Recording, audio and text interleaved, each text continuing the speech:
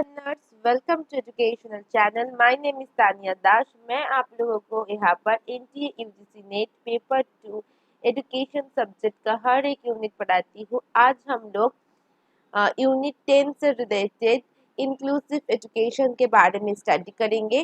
तो चलिए जान लेते हैं इस वीडियो पर कौन से टॉपिक हम लोग डिस्कस कर रहे हैं related to unit 10।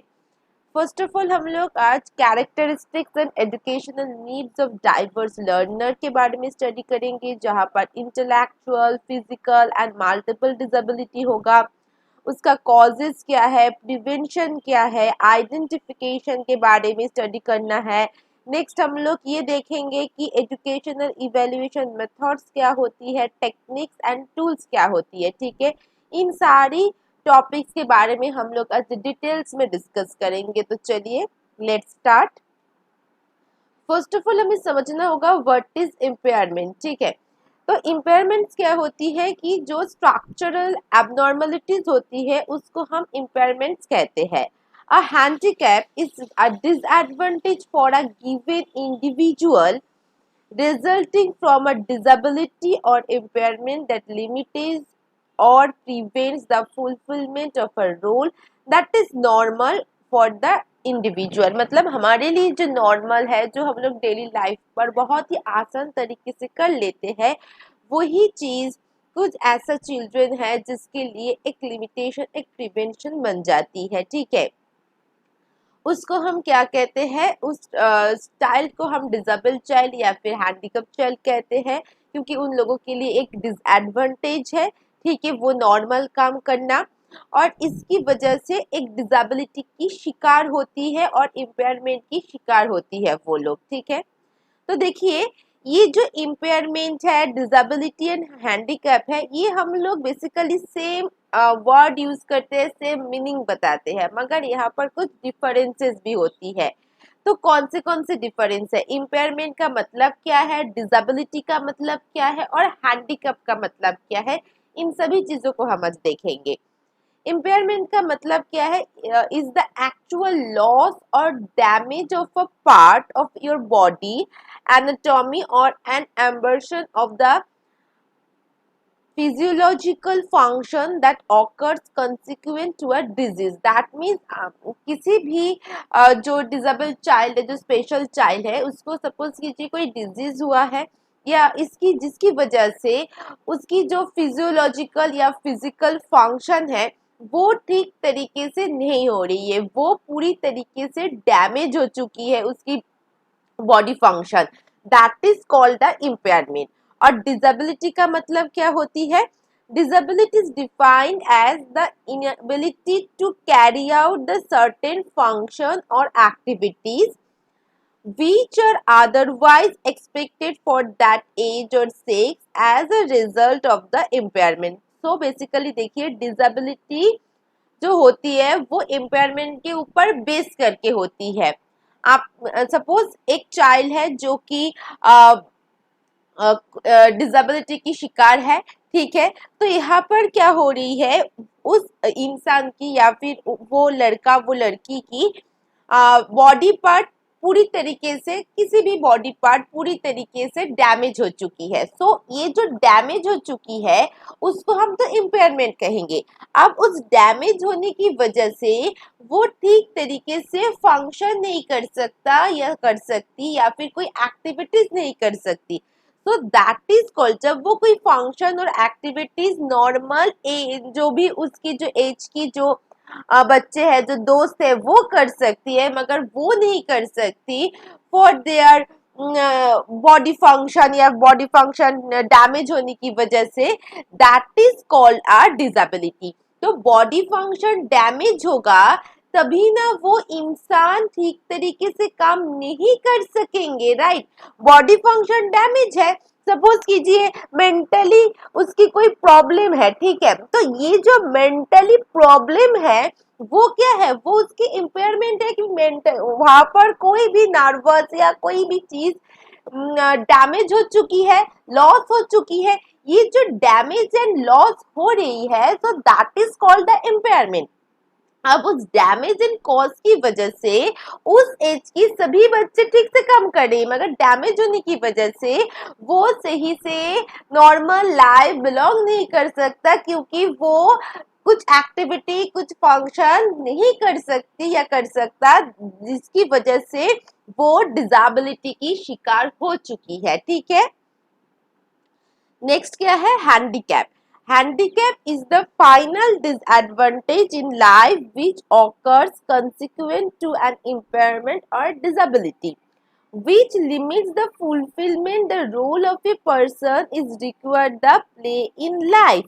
It refers to an environment factor preventing the feeling of a normal life. That means मतलब आपकी environment में ऐसा कुछ फैक्टर्स है, ठीक है, उस फैक्टर्स पर आप रिएक्ट नहीं कर सकते, आप कोई रोल प्ले नहीं कर सकते। जब आप आपकी एनवायरमेंट पर उस फैक्टर की वजह से आपकी प्ले रोल करने में कोई एक ऑब्स्टैकल्स आ रही है, तो that is called a handicap. ठीक है, सपोज मैं एक बात आप एक एग्जांपल्स देती हूँ।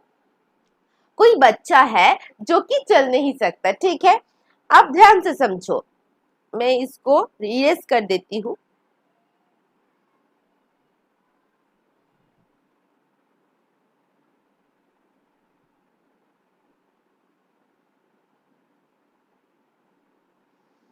कोई एक ऐसा चाइल्ड है, ठीक है, जो फिजिकली हैंडीकैप है, ठीक है, वो ठीक तरीके से चल नहीं सकता। अब देखो उसकी लेग्स में प्रॉब्लम है, ठीक है, लेग में ऐसा कोई नसेस है जो ठीक से काम नहीं कर रहा है, तो लेग में जो प्रॉब्लम है, ठीक है, तो जो प्रॉब्लम लेग में है वो क्या हो जाएगा, आपकी इम्पेयरमेंट हो जाएगा। ठीक है, यहाँ पर लेग की प्रॉब्लम आपके लिए इम्पेयरमेंट बन गया। अच्छा, अब इस प्रॉब्लम की वजह से वो चल नहीं सकता, तो ही और शी कैन नॉट वॉक। ठीक है, वो चल नहीं सकता। ये जो वो कम कर नहीं सकता मतलब चल नहीं सकता, तो ये वॉकिंग जो एक प्रॉब्लम है उसको हम क्या कहेंगे, डिसेबिलिटी कहेंगे। ठीक है, इसको हम डिसेबिलिटी कहेंगे। अब वो चल नहीं सकता, अब सपोज कीजिए स्कूल्स पर है वो, अब सभी बच्चे सीढ़ी से चल रहा है, सीढ़ी से उठ रहा है, मगर वो नहीं कर सकता, तो एनवायरमेंट का कोई फैक्टर, ये स्टीयरिंग है सपोज कीजिए, यहाँ पर सभी बच्चे स्कूल में सीढ़ी में चढ़ के क्लासरूम पर जा रहा है, मगर वो बच्चा नहीं कर सकता। ठीक है, तो ये जो एनवायरमेंट का कुछ फैक्टर्स उसकी डेली लाइफ को प्रिवेंट कर रही है या फिर डेली लाइफ नॉर्मल लाइफ जीने नहीं दे रही है, that is called a handicap. Clear हुआ लर्नर्स? आई होप क्लियर हुआ है। अगर कोई प्रॉब्लम है तो मुझे कमेंट सेक्शन पर पूछना। अब डिसेबिलिटी का कंसेप्ट समझो। According to the international classification of functioning ICF Disability and Health 2001, disability is an umbrella term। ठीक है, disability एक बहुत बड़ा टर्म है जहां पर impairment, limitation, participation ये सारी चीज आ जाती है। And impairment is a problem in body function, मैंने जो कहा कि अगर हम लोग ICF की अकॉर्डिंग समझेंगे, अभी तक हम लोग जनरल टर्म पर समझे क्या इम्पेयरमेंट है, क्या डिसेबिलिटी है और क्या हैंडीकैप है।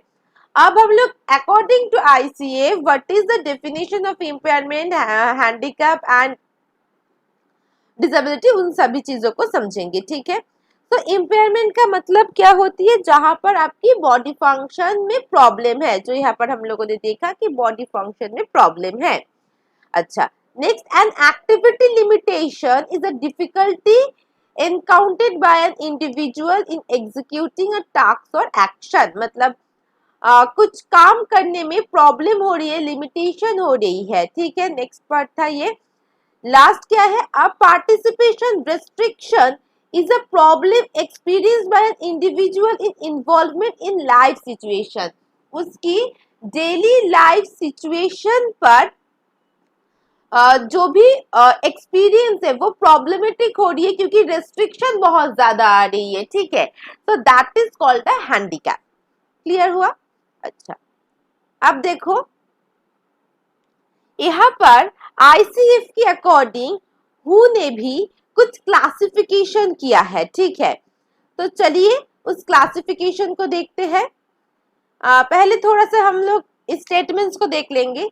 इंटरनेशनल क्लासिफिकेशन ऑफ फंक्शनिंग, मतलब आईसीएफ के according disability and health is a statistical tool, ये एक स्टैटिस्टिकल टूल है for describing the lived experience of functioning and its restriction in the context of disease, मतलब कुछ disease होने की वजह से उनकी क्या रिस्ट्रिक्शन हो रही है, उनकी फंक्शनिंग में क्या प्रॉब्लम हो रही है, उसकी क्या एक्सपीरियंस है, वो सारी चीज यहाँ पर देखा जाता है। उसके अलावा और अदर हेल्थ कंडीशन के ऊपर भी फोकस किया जाता है। नॉट ओनली फोकस, उसके ऊपर क्लासिफिकेशन भी किया जाएगा जिसको हम international statistical classification and disease and related health problems भी कहते हैं, ठीक है। तो अभी हम लोग क्लासिफिकेशन को देखेंगे। अच्छा, यहाँ पर जो क्लासिफिकेशन होगा यहाँ पर 3 पार्ट्स पर डिवाइडेड होगा। एक होगा बॉडी फंक्शन, दूसरा होगा एक्टिविटीज, ठीक है, और उस एक्टिविटीज को अगर हम लोग डिवाइड करेंगे, नहीं वहां पर 2 आ जाएगा, एक एनवायरमेंट आ जाएगा, दूसरा पर्सनल, और एक्टिविटीज के बाद आएगा पार्टिसिपेट, ठीक है। चलिए क्लासिफिकेशन देखते हैं। देखिए फर्स्ट है body function and structure, second क्या है एक्टिविटीज है। एक्टिविटीज को 2 भागों में डिवाइड करेंगे, मैंने जो कहा था, एक होगा एनवायरमेंट, दूसरी होगा पर्सनल, एंड लास्ट जो थर्ड पार्ट होती है हमारी उसको हम पार्टिसिपेशन कहते हैं, ठीक है। अब हर एक पार्ट को हम लोग, हर एक डिवीजन को हम लोग डिटेल्स में समझेंगे। फर्स्ट क्या है देखिए, बॉडी फंक्शन। बॉडी फंक्शन का मतलब, जैसे कि हम लोग इम्पेयरमेंट पर क्या स्टडी किए थे लर्नर्स की, अगर कोई भी आपकी बॉडी पर कोई भी नॉर्मल तरीके से फंक्शन नहीं कर रहा है या फिर कोई लॉस हो रही है, ठीक है, इसको हम इम्पेयरमेंट कहते हैं। अब यहाँ पर भी देखिए बॉडी फंक्शन पर क्या है, physiological function of body system, अगर इसको हम बॉडी फंक्शन कहते हैं, राइट। मतलब जैसे कि मेरी बॉडी पर हर एक काम ठीक तरीके से हो रही है, काम करना, बॉडी के अंदर के ऑर्गन्स ठीक तरीके से काम कर रही है, जैसे कि मेरी किडनी कहिए, मेरी नर्वस सिस्टम कहिए, मेरी ब्रेन कहिए, ठीक है, जो भी है बॉडी के अंदर वो हर एक चीज ठीक तरीके से फंक्शन कर रही है, वो नॉर्मल है, ठीक है। मगर अगर यही फंक्शन ठीक से नहीं करेंगे, अगर नर्वस सिस्टम ठीक से नहीं काम करेंगे, अगर किडनी ठीक से नहीं काम करेंगे, या फिर हम मेरी जो लेग्स है उसके लिम्ब ठीक से नहीं काम करेंगे, कोई भी कुछ गड़बड़ी हो जाए तो हम लोग किसकी शिकार होंगे, इम्पेयरमेंट्स की शिकार होंगे, ठीक है। जैसे एग्जाम्पल के तौर पर देखिए मेंटल फंक्शन, सेंसरी फंक्शन, ठीक है, ये हर एक चीज तो हमारे जो ब्रेन है वहां पर कुछ फंक्शंस हो रही है जिसकी वजह से नर्वस सिस्टम भी ठीक है। अब नर्वस सिस्टम से ही ब्रेन में कुछ सेंसेस आती है, ये सभी चीज क्या है, एक दूसरे के साथ रिलेटेड है ना। तो देखो mental function, sensory function, speech function, बोलने की तरीका, तो ये सभी एक फंक्शन है। अगर इस फंक्शन में ही कोई भी चीज छूट जाए या फिर कोई चीज नहीं है मेरी इस फंक्शन की, जैसे कि सपोज कीजिए मेरी स्पीच फंक्शन में ऐसा कुछ ऑर्गन्स नहीं है, ठीक है, तो मैं बोल नहीं सकती, ठीक है। तब तो यही बात है कि फंक्शन ठीक से होना चाहिए, अगर फंक्शन नहीं ठीक से होगा तो हम लोग इम्पेयरमेंट की शिकार होंगे, ठीक है। अब बॉडी स्ट्रक्चर, बॉडी स्ट्रक्चर में क्या है देखिए, are anatomical parts of the body such as organ, limbs and their components. Impairments are the problems in body function or structure as a significant device or loss. मतलब मेरी अगर कोई भी problem दिखाई देंगे बॉडी में, that is called the impairment. और structure अगर ठीक नहीं होगा, फंक्शन का मतलब क्या है, फंक्शन का मतलब तो कार्य करना है ना, मेरी बॉडी में ठीक से कार्य नहीं हो रही है, फंक्शन नहीं हो रही है, ठीक है, तो क्या होगा, ऑब्वियसली प्रॉब्लम आएगी। अगर आप सोचिए सोसाइटी में, ठीक है, सोसाइटी में एजुकेशनल ऑर्गेनाइजेशन है, इकोनॉमिक ऑर्गेनाइजेशन है, पॉलिटिकल ऑर्गेनाइजेशन है, ठीक है। अगर कोई भी ऑर्गेनाइजेशन, सपोज कीजिए एजुकेशन ऑर्गेनाइजेशन की फंक्शन ठीक से नहीं होगा, ठीक है, तो क्या पूरी सोसाइटी ठीक रहेगा? नहीं रहेगा, ठीक है। तो सोसाइटी में प्रॉब्लम आएगी क्योंकि एजुकेशन जो फंक्शन है वो ठीक से खुद की काम नहीं कर रहा है, तो एजुकेशन की कार्य ठीक से नहीं हो रही है, इसीलिए प्रॉब्लम्स दिखाई दे रही है उस सोसाइटी में। अगर मैं ये कहूँ कि एजुकेशनल स्ट्रक्चर सही नहीं है, एजुकेशनल स्ट्रक्चर का मतलब सपोज ये सोच लीजिए कि जैसे कि प्री प्राइमरी लेवल कौन सी क्लासेस में होगा, प्राइमरी लेवल कौन सी क्लासेस में होगा, या फिर प्राइमरी लेवल की बुक्स, ऑर्गेनाइजेशन, ये सारी तो एक स्ट्रक्चर की तरह है। अगर मैं स्ट्रक्चर ढांचा ही ठीक नहीं करूंगी तो फंक्शन कैसे होगा? तो यहाँ पर स्ट्रक्चर भी ठीक होना चाहिए। स्ट्रक्चर में ही अगर प्रॉब्लम होगा, फंक्शन भी ठीक से नहीं होगा। अगर यहाँ पर देखिए, यहाँ पर अगर ये एक लेग्स की स्केलेटन है, ठीक है, अगर इस लेग्स की स्केलेटन में थोड़ी सी स्ट्रक्चरल प्रॉब्लम आ गई, सपोज कीजिए यहाँ पर कोई भी ऐसी और एक हड्डी, ठीक है, और एक हड्डी आ जाती है और एक स्केलेटन आ जाती है लेग्स की, ठीक है, तब क्या होगा? यहाँ पर जो नॉर्मल स्ट्रक्चर था लेग्स की स्केलेटन का वो यहाँ पर नहीं होगा, राइट। तो नॉर्मल स्ट्रक्चर नहीं होने की वजह से उसको वर्क करने में प्रॉब्लम आ जाएगी क्योंकि बॉडी ठीक से फंक्शन नहीं करेगा। तो देखो स्ट्रक्चर भी जरूरी है ठीक होना, फंक्शन भी जरूरी है ठीक होना। स्ट्रक्चर ठीक होगा, फंक्शन भी तब ठीक होगा, ठीक है, तब बॉडी में कोई भी प्रॉब्लम नहीं आएगी, ठीक है। अगर स्ट्रक्चर एंड फंक्शन दोनों में ही प्रॉब्लम है तब बॉडी में प्रॉब्लम आती है, तब उसको हम इम्पेयरमेंट कहते हैं। क्लियर है लर्नर्स? अब क्या था second part, activities and participation. Activities का मतलब क्या है? कार्य करना, ठीक है। ये कार्य क्या होगा कि जैसे मैंने कहा था कि देखिए द एग्जीक्यूटिंग ऑफ टास्क और एक्शन बाय एन इंडिविजुअल, ये कोई बॉडी फंक्शन नहीं है, ये इंडिविजुअल फंक्शन है। जैसे एक बच्चे का लेग्स में प्रॉब्लम है, ठीक है, अब लेग्स में प्रॉब्लम है क्योंकि लेग की स्ट्रक्चर ठीक नहीं है, इसलिए फंक्शन ठीक से नहीं हो रही है। तो जब भी हम लोग फंक्शनल प्रॉब्लम को देखेंगे that is called the impairment. अब वो बच्चा लेग की प्रॉब्लम की वजह से ठीक से चल नहीं सकता, ये जो इंडिविजुअल जो फंक्शन होती है वॉकिंग करना, वहां पर प्रॉब्लम हो रही है, that is called a disability. और वो क्या है? वो एक्टिविटी की शिकार हो गई कि वो ठीक से एक्टिविटी नहीं कर सकता, दैट मीन्स वो चल नहीं सकता, इंडिविजुअल एक्शन वो ठीक से नहीं कर सकता, ठीक है। अच्छा,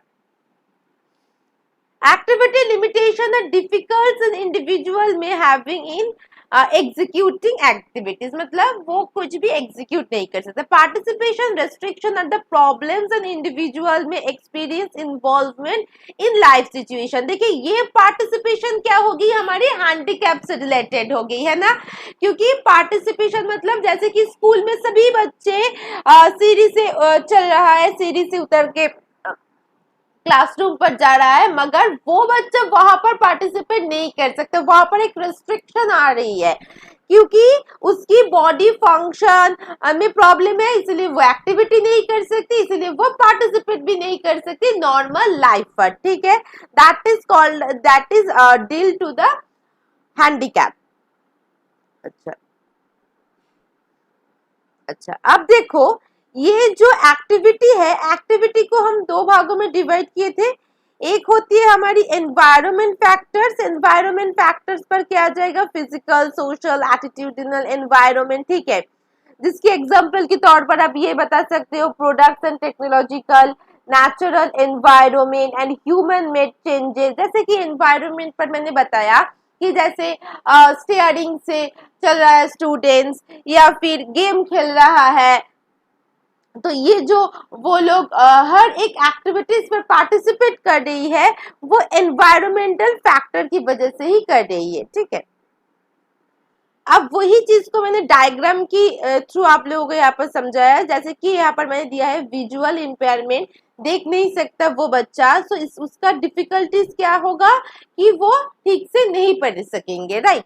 अच्छा, अब रेस्ट्रिक्शन क्या होगा, vocational training, voting and obtaining the information, ठीक है। तो ये होगी उसकी पार्टिसिपेटिंग और ये होगी उसकी एक्टिविटी पर प्रॉब्लम। अब इस एक्टिविटी पर दो डिवाइड में सब डिविजन है। एक है lack of information in format such as braille, reading tool such as voice over text barriers, ठीक है। अच्छा, और ये जो पर्सनल फैक्टर्स है ये मैं बताती हूँ। तो देखिए यहाँ पर मैंने जो कहा था पहले क्या होगा, पहले बॉडी फंक्शन या बॉडी स्ट्रक्चर ठीक ना होने की वजह से उसकी विजुअल इम्पेयरमेंट्स आ गई है। अब उसकी डिफिकल्टीज होगा एक्टिविटीज पर, जैसे कि जो बच्चे ठीक से नहीं देख सकते उसको पढ़ने में प्रॉब्लम होती है, राइट। तो पढ़ने में प्रॉब्लम है, वो एक्टिविटी पर प्रॉब्लम है, और वही एक्टिविटी पार्टिसिपेशन प्रॉब्लम क्या करेंगी कि वोकेशनल कोई ट्रेनिंग लेना, वोटिंग करना, इंफॉर्मेशन लेने में प्रॉब्लम हो जाएगी, पार्टिसिपेशन पर ये आ गई। अब जब इस एक्टिविटीज पर देखिए, एक्टिविटीज पर दो चीज है, एक होती है आपकी एनवायरमेंट, एनवायरमेंट पर क्या था आपकी, देखिए फिजिकल है, सोशल है, एटीट्यूडनल एनवायरमेंट है। तो यहाँ पर जैसे कि Braille reading tools, voice over text, ठीक है, ये सारी इंफॉर्मेशन अगर ठीक से नहीं दिया जाएगा एक स्टूडेंट्स को तब डिफिकल्टीज हो जाएगी। अब ये जो पर्सनल फैक्टर्स होती है, इस पर्सनल फैक्टर्स का मतलब देखना, एक एज के बाद कोई ना कोई प्रॉब्लम आती है, जैसे कि 50 या फिर 40 एज के बाद आंख में थोड़ा बहुत प्रॉब्लम आती है पीपल की, जब वो ठीक तरीके से देख नहीं सकते, तो ये पर्सनल फैक्टर्स होगी। ये कोई बॉडी फंक्शन पहले से उसको बॉडी फंक्शन में प्रॉब्लम नहीं था, अब एज की वजह से थोड़ी थोड़ी प्रॉब्लम आ रही है, ठीक है। अब हम लोग समझेंगे इंक्लूशन का मतलब, what is inclusion. Inclusion is a newer term used to describe the placement of students of any disadvantaged group, including those with disability, in regular class for all or nearly all of the school day. That means कि एक general classroom पर सभी disadvantage group, सभी disability, not only disability, यहाँ पर देखिए disability के साथ साथ क्या है, डिसएडवांटेज ग्रुप भी है जो कि आइसोलेटेड है सभी से, दैट इज उस ग्रुप को हम लोग क्या कहेंगे, डिसएडवांटेज ग्रुप कहेंगे। तो उस डिसएडवांटेज ग्रुप, डिसेबिलिटी स्टूडेंट सभी को नॉर्मल क्लासरूम पर पढ़ाया जाए जनरल क्लासेस के साथ, ठीक है। Inclusion refers to the commitment to educate each child to the maximum extent appropriate, मतलब यहाँ पर हर एक चाइल्ड को एडुकेटेड किया जाएगा, यही इसका ऑब्जेक्टिव है।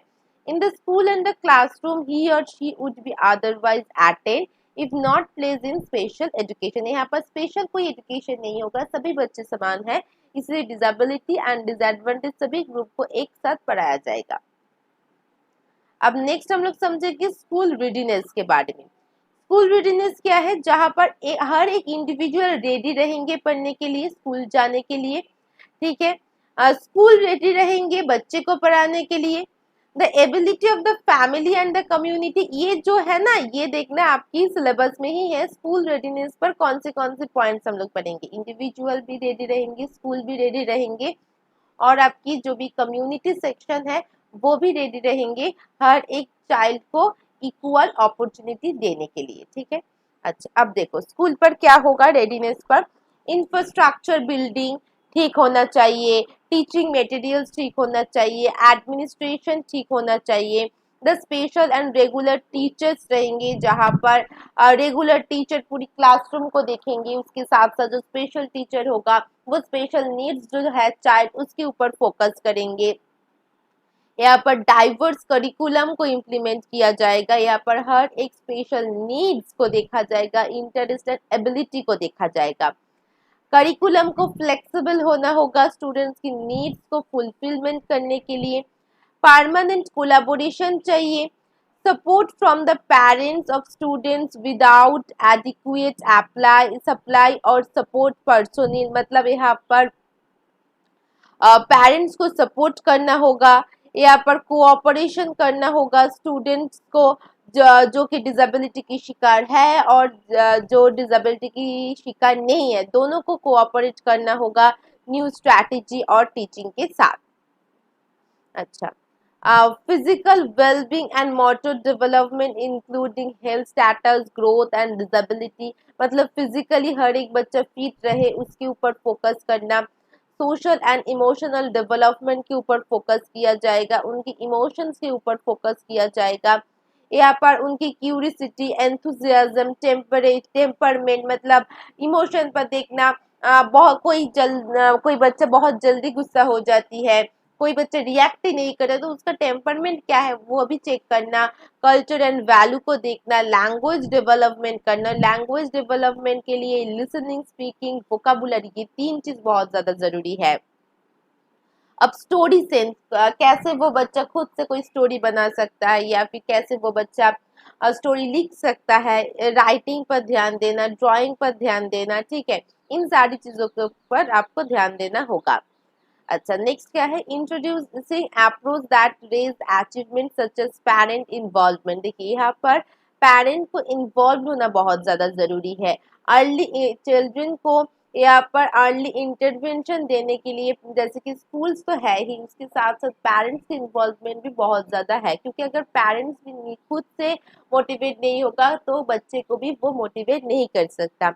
हाई क्वालिटी यहाँ पर इंस्ट्रक्शन दिया जाएगा, एक एप्रोप्रिएट पेस दिया जाएगा कि खुद से सीखना है, अगर वो बच्चा थोड़ी देर से सीखता है तो उसको वो टाइम दिया जाए, ठीक है, उसको समझना होगा, एक अच्छा रिलेशनशिप क्रिएट करना होगा, demonstrating commitment to the success of every child through awareness of needs individual children including the effects of poverty and race। देखिए इंक्लूजन पर हम लोग ये स्टडी किए थे कि डिसएडवांटेज ग्रुप के साथ साथ आपकी जो डिसेबिलिटी चाइल्ड है वो भी जनरल क्लासरूम पर पढ़ेंगे, तो यहाँ पर जो डिसएडवांटेज ग्रुप होती है जो कि पॉवर्टी रेस, ठीक है, कल्चर से आइसोलेटेड है, उन सभी स्टूडेंट्स को भी यहाँ पर लेके आना होगा, सिर्फ लेके नहीं आना होगा, उनकी नीड को भी यहाँ पर फोकस करना होगा, ठीक है।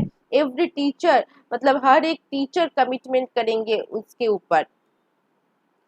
Family and community supports, mother should be receive the excellent parental care. देखिए माँ ही तो है जो कि बच्चे की हर एक नीड के बारे में अवेयर रहती है, वो कौन सी चीज पसंद करती है, कैसे वो कैसे नीड को फुलफिल कर सकते हैं जिसके थ्रू उसकी एक सफिशिएंट होगा, वो खुश रहेंगे।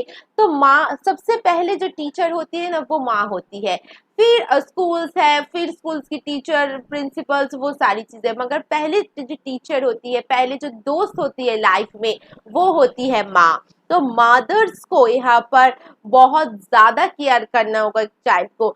सोसाइटी अगर बहुत ज्यादा प्रॉब्लम कर रही है, नहीं एजुकेशन नहीं देना चाहिए इस बच्चे को एजुकेशन देने में प्रॉब्लम होगा, या फिर फैमिली अगर प्रोटेस्ट कर रही है, अब प्रोटेस्ट मीन्स फैमिली अगर अगेंस्ट में है एजुकेशन देने के लिए कोई डिसेबल्ड चाइल्ड को, तो माँ को यहाँ पर सभी को प्रोटेस्ट करके खड़े उतरना होगा कि नहीं, मेरे बच्चे को एजुकेशन मैं दूंगी, क्योंकि इक्वल राइट्स है। तो यहाँ पर माँ को सबसे पहले ये रोल प्ले करना होगा, ठीक है। तो यहाँ पर सिर्फ यही नहीं कि एजुकेशन हेल्थ केयर के ऊपर भी फोकस करना, न्यूट्रिशन के ऊपर फोकस करना, फिजिकल एक्टिविटी, मतलब कुछ छोटी छोटी चीज जो वो कर सकती है वो फिजिकल एक्टिविटीज देना, हेल्थ एंड माइंड के ऊपर भी फोकस करना। All children should have access to high quality pre schools, मतलब जो प्री स्कूल्स होती है हाई क्वालिटी प्री स्कूल्स पर देना सब पहले जरूरी है, क्योंकि देखना जब हम लोग कोई भी पौधा करते हैं तो पहले एक अच्छा सा मिट्टी होना जरूरी है, उसमें पानी देना है, फिर वही पौधा एक बड़ा पेड़ बनेगा, राइट। तो पानी और मिट्टी अगर अच्छा होगा तो ही वो अच्छा पेड़ बन सकती है, और पानी और मिट्टी हमारी जिंदगी पर क्या है, एजुकेशन है। अगर पहले से एजुकेशन स्ट्रांग नहीं होगा तो फर्दर जाके एजुकेशन पर वो ठीक से सक्सेस नहीं लेके आ सकते। इसीलिए हाई क्वालिटी प्री स्कूल होना जरूरी है। As their child first teacher every parent should devote time. मतलब देखिए, जो पेरेंट्स होती है, जो माँ बाप होती है, उनकी लाइफ तो हो चुकी है, मतलब क्या, वो अभी एक सक्सेस पोजीशन पर है, ठीक है। अब जो बच्चे आई है अभी अभी हमारी पृथ्वी पर, उसको समय देना होगा, उसकी लाइफ को अच्छा बनाने के लिए एक टाइम देना होगा कि हम लोग कुछ टाइम दे, उसकी जो भी नीडनेस है, उसकी मन की बात जान सके। तो यहाँ पर हर एक पेरेंट्स को उनके लिए एक समय निकालना ही होगा, ठीक है, to help their child learn and should have access to education and support to be effective teacher. Clear? अब देखो, अब हम लोग हर एक सेक्शन को देखेंगे कि ब्लाइंड के लिए कौन से इंफ्रास्ट्रक्चर होना जरूरी है, जो सुन नहीं सकता उनके लिए कौन से इंफ्रास्ट्रक्चर जरूरी है, ये सभी हम लोग देखेंगे। तो फर्स्ट ऑफ ऑल देखिए, फॉर ब्लाइंड के लिए क्या होगा, musical room for visual students, ठीक है, जो विजुअली मतलब वो ठीक से जो नहीं देख सकते उनके लिए क्या करना होगा, म्यूजिकल रूम रखना होगा जो सुनकर पढ़ेंगे। कंप्यूटर रूम रखना होगा, टाइपिंग रूम, सिर्फ ये पढ़ लीजिए, ठीक है, मैंने बहुत सारी बुक्स को सर्च करके ही आप लोगों के लिए लेके आई हूँ, तो सिर्फ आप लोग बुक्स का ये, वेबसाइट का ये सब कुछ मैंने देखा है, देखकर ही मैंने ये लिखा है कि यहाँ पर डिटेल्स में पढ़ने की कोई ज़रूरत नहीं है। सिर्फ ये सोच लीजिए कि ब्लाइंड के लिए क्या होगा, जो ब्लाइंड स्टूडेंट्स है वो तो देख नहीं सकते, वो हर एक चीज सुनकर और टच करके समझेंगे, राइट। तो टचिंग का मतलब होगा आपकी ब्रेल, तो ब्रेल में क्या होगा, लाइब्रेरी आ जाएगी, ठीक है, ब्रेल लर्निंग मटेरियल्स भी आ जाएगी और टाइपिंग हो जाएगा, ठीक है, ये टचिंग रिलेटेड है। और अगर सुनने की बात आएगी तो क्या होगा, म्यूजिकल कंप्यूटर हो जाएगा, और कुछ विजुअली इम्पेयर्ड स्टूडेंट्स के लिए कुछ एक एक्टिविटी रूम भी रखना होगा, ठीक है। अब नेक्स्ट है डिफ। डिफ का मतलब क्या, देखिए, पर्सनल हियरिंग डिवाइस, मतलब जो सुन नहीं सकते, एम्पलीफिकेशन जो कान पर लगाते हैं ना, उसको हम क्या कहते हैं, एम्पलीफिकेशन कहते हैं। असिस्टेड डिवाइस, अच्छा, असिस्टेड डिवाइस के बारे में मैं नेक्स्ट स्लाइड पर डिटेल्स में दिया हूँ, तो अभी मैं यहाँ पर पॉइंट्स को बोल लेती हूँ, फिर मैं नेक्स्ट स्लाइड पर असिस्टेड डिवाइस के बारे में बताऊंगी। नेक्स्ट है सिटिंग अरेंजमेंट, मतलब देखिए जो उतना ज्यादा डीप नहीं है, थोड़ा बहुत सुन लेती है, तो उसको सिटिंग अरेंजमेंट पर क्या होगा, फर्स्ट बेंच देना होगा, तो सिटिंग अरेंजमेंट भी स्पेशलाइज्ड करना होगा। काउंसलिंग बहुत ज्यादा जरूरी है, ठीक है। वोकेशनल सर्विस फॉर डीप और हार्ड ऑफ हियरिंग, जो बहुत ही ज्यादा सुन नहीं सकते, डीप है, उनके लिए एक वोकेशनल सर्विस अरेंज करना। अब असिस्टिव टेक्नोलॉजी पर क्या होगा, असिस्टिव टेक्नोलॉजी मैंने पहले वीडियो पर बताया था आप लोगों को कि ऐसा टेक्नोलॉजी जिसके थ्रू उसकी जो स्पेशल नीड्स है वो फुलफिल हो सके, राइट। आप देखो, ये जो डीप है वो सुन नहीं सकते, तो ये इसकी स्पेशल नीड्स है, तो यहाँ पर ऐसा टेक्नोलॉजी यूज करना जिसके थ्रू उसकी जो स्पेशल नीड्स है, जो सुन नहीं सकता, वो फुलफिल हो जाए।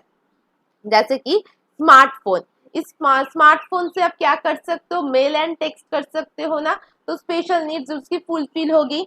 अच्छा, सिग्नल अलर्ट सिस्टम, मतलब जैसे कि अलार्म होती है, जैसे कि जहां पर वाइब्रेशन होती है, 6 बजे उठना है आपको, अलार्म लगाया और 6 बजे वो वाइब्रेट करना, म्यूजिक देना शुरू हो गई, राइट। ठीक वैसे ही कुछ अलर्ट सिस्टम होती है जहां पर इस टाइम पर काम करना है, तो वो टाइम सेट कर लिया, आप जब भी 6 बजेंगे या 2 बजेंगे तो वो बजेंगे और उसको एवर कर देंगे उस इंसान को, right. Close captioning, portable vibrate timer, vibrating timer वही चीज है, अलार्म की तरह ही होती है।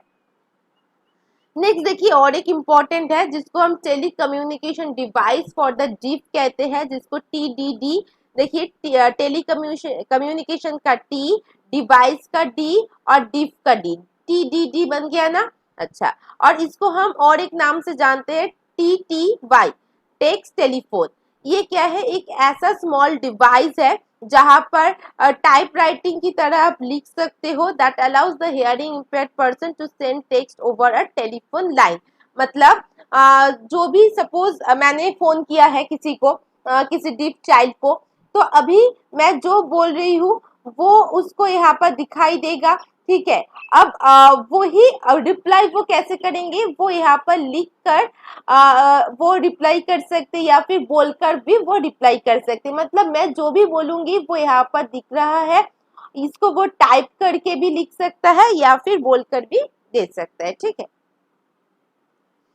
आदर्स इंफ्रास्ट्रक्चर क्या होती है कि reduce visual distraction, auditory distraction, मतलब जो कि विजुअली डिस्ट्रैक्ट कर दे ये उसको रिड्यूस करना, ऑडिटरी डिस्ट्रैक्ट कर दे ये स्टूडेंट्स को उसको रिड्यूस करना। स्टूडेंट की अटेंशन सबसे बड़ा जरूरी चीज है। स्पीच रीडिंग कंडीशन मतलब बोलना, ठीक है, बोलने दो बच्चे को, जो बच्ची बोल सकती है उसको बोलने दो, उसको एनहेंस करना। स्पेशलाइज लाइटिंग, लाइटिंग भी बहुत जरूरी है। लैंग्वेज, साइन लैंग्वेज का मतलब आप कुछ जैसे कि ओके कैसे बोलूंगी, हाँ कैसे बोलूंगी, यस कैसे बोलूंगी, जो साइन लैंग्वेज होती है, जो बोल नहीं सकते उसके लिए एक स्पेशल साइन लैंग्वेज होती है, वो साइन लैंग्वेज भी यूज करना। अच्छा, अब देखो हम लोग देखेंगे यहाँ पर इंटेलेक्चुअल डिसेबिलिटी। इंटेलेक्चुअल डिसेबिलिटी पर कैसे एक्सेस करेंगे, इसकी कैरेक्टरिस्टिक्स, ये सारी चीज हम लोग डिटेल्स में पढ़ेंगे। लर्निंग फ्रेंडली एनवायरमेंट, ठीक है।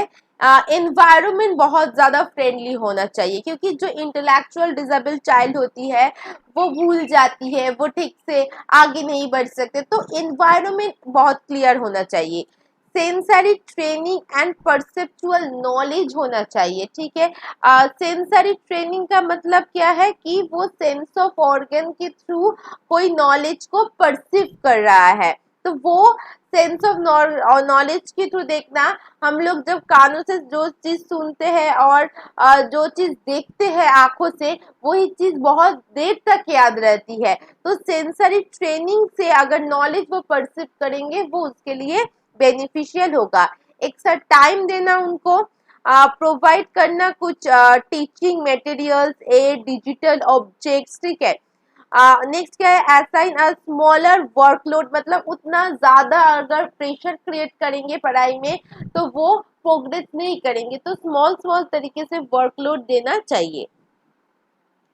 अच्छा, अब नेक्स्ट देखेंगे कि इंफ्रास्ट्रक्चर कैसा होगा फिजिकल डिसेबिलिटी चाइल्ड के लिए।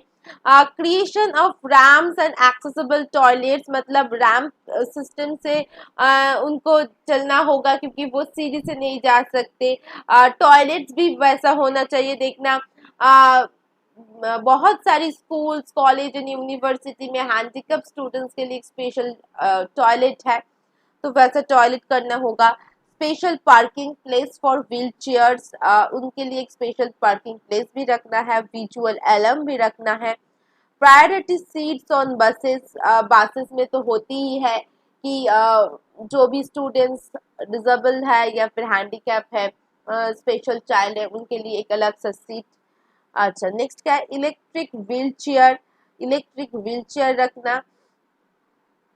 Tactile texture, making beaches disable friendly, मतलब उनके साथ फ्रेंडली मैनर पर रहना होगा।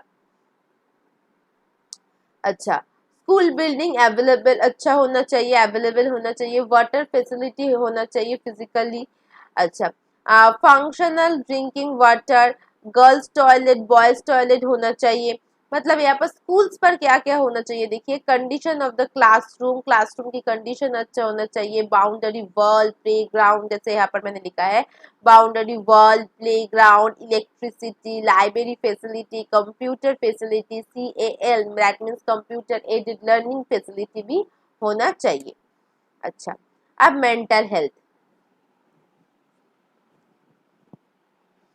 Mental health refers to our cognitive behavior and emotion wellbeing, मतलब अगर आपकी मेंटल हेल्थ ठीक रहेंगे तो आपकी कॉग्निटिविटी भी ठीक रहेंगे, बिहेवियर एंड इमोशन भी ठीक ठाक होगा। It is all about how we think feel and behave, मतलब आपकी एडजस्टमेंट पावर कितना है, ठीक है। अगर आपकी मेंटल हेल्थ ठीक रहेंगे तो आप ठीक से पॉजिटिव थिंकिंग सोचेंगे, फीलिंग अच्छा होगा, आप बिहेवियर अच्छे करेंगे। The term mental health is sometime used to mean an absence of mental disorder, ठीक है।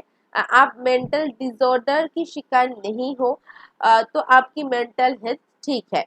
तो टाइप ऑफ मेंटल हेल्थ क्या होती है, देखिए attention deficit hyper active disorder, जिसको हम ADHD कहते हैं। It is development disorder, D यहाँ पर आ गई, ई यहाँ पर आ गई, तो यहाँ पर डेवलपमेंट होगा, ठीक है। It is a development disorder where there is a significant problems with attention, hyperactivity and acting impulsive। मतलब देखना, बहुत सारी इंसान है जो मतलब कुछ नहीं हुआ है, कोई भी प्रॉब्लम नहीं है, मगर फिर भी बहुत ज़्यादा हाइपर हो जाती है, टेंस्ड हो जाती है, अटेंशन देने में प्रॉब्लम होती है, उसको हम ADHD पर फैलते हैं। नेक्स्ट क्या है, एंग्जाइटी डिसऑर्डर। एंग्जाइटी डिसऑर्डर का मतलब एवरीवन एक्सपीरियंस एंग्जाइटी, सभी थोड़ी बहुत एंग्जाइटी की शिकार होती है, मगर सम टाइम क्या होती है, व्हेन इट बिकम्स ओवरवेलमिंग, मतलब बहुत ज़्यादा जब हो जाती है, and repeatability impacts a personal life, जब आपकी पर्सनल लाइफ पर वो इम्पैक्ट पड़ती है तभी आपकी वो एंग्जाइटी डिसऑर्डर बन जाती है। ऑटिज्म का मतलब क्या होती है, it is a development of mental illness that it makes difficult to socialize and communicate with others। जब आप सोशलाइजेशन आपके साथ नहीं हो रही है, आप किसी के साथ कम्युनिकेट नहीं हो रही हो, आप बहुत ज़्यादा इंट्रोवर्ट हो चुकी हो, तो that is called a autism. अब इसके लिए कैसा इंफ्रास्ट्रक्चर होना ज़रूरी है, ऑक्यूपेशनल थेरापी आप ले सकते हो, आप ऐसा एनवायरनमेंट क्रिएट करो जो फ्रेंडली हो सके, सेंसरी ट्रेनिंग परसेप्चुअल ट्रेनिंग लेना ज़रूरी है, समर कैंप करके आपकी प्रॉब्लम को आप बता सकते हो, काउंसलिंग कर सकते हो, एक्स्ट्रा करिकुलर वर्कशॉप कर सकते हो, कंप्यूटर ट्रेनिंग ले सकते हो, ठीक है। पेरेंट्स के साथ आपको एक अच्छा बॉन्ड क्रिएट करना होगा, अगर नहीं है तो उसके रिलेटेड कोई ट्रेनिंग लेना, ये सभी चीज है। अब नेक्स्ट हम लोग टीचिंग स्ट्रैटेजी के बारे में, 3 टीचिंग स्ट्रैटेजी है इसके रिलेटेड, एक है ब्लेंडेड, एक है इंटरनेट और थर्ड है team teaching. Blended learning environment is a traditional learning setting merge with technology, मतलब जैसे क्लासरूम पर चॉक बोर्ड पर पढ़ाया जाता है, ठीक क्लासरूम पर चॉक बोर्ड के साथ साथ जब टेक्नोलॉजी आ जाती है तो traditional versus technology based learning को हम क्या कहते हैं, ब्लेंडेड लर्निंग एनवायरनमेंट कहते हैं। In addition to the non-tech lesson and activities common in classroom, various technology tools are used। यहाँ पर क्लासरूम पर बहुत सारी टेक्नोलॉजी यूज होती है जहाँ पर लर्नर्स एंगेज रहती है, इंस्ट्रक्शन सही से दिया जाता है। यहाँ पर एक इंक्लूसिव एजुकेशन के लिए ये एक बहुत बड़ा स्पेशल मॉडल की तरह काम करती है, बहुत ज़्यादा यूजफुल होती है स्टूडेंट्स के लिए, क्योंकि वैरायटी ऑफ स्टूडेंट्स होती है, वैरायटी ऑफ नीड्स होती है। जब क्लासरूम पर चॉक बोर्ड के साथ साथ टेक्नोलॉजी को यूज़ किया जाएगा तब उसकी नीड्स को बहुत जल्दी से फुलफिल किया जाएगा। नेक्स्ट क्या है, the internet model features a travelling specialist. यहाँ पर एक जो ट्रैवलिंग स्पेशलिस्ट होती है वो क्या काम करती है, देखिए यूजुअली अ सर्टिफाइड टीचर, ये भी एक सर्टिफाइड टीचर होती है, who is also train to supplement students learning in specialised areas, मतलब जो स्पेशल चाइल्ड है उसके लिए ये काम करती है। ये जो टीचर्स होती है ये रेगुलर क्लासरूम पर नहीं जाती है, but rather a supportive professional who often visit or assist in multiple classroom। मतलब वो रेगुलर टीचर की तरह तो नहीं पढ़ाती है स्टूडेंट्स को, मगर हाँ कभी कभी जब सपोज कीजिए टीचर पढ़ा रहा है, आ जाती है, आकर स्टूडेंट्स की नीड्स को देखती है, ठीक है, डिफरेंट डिफरेंट क्लासरूम पर आती है और विजिट करती है, इस टाइप की टीचर।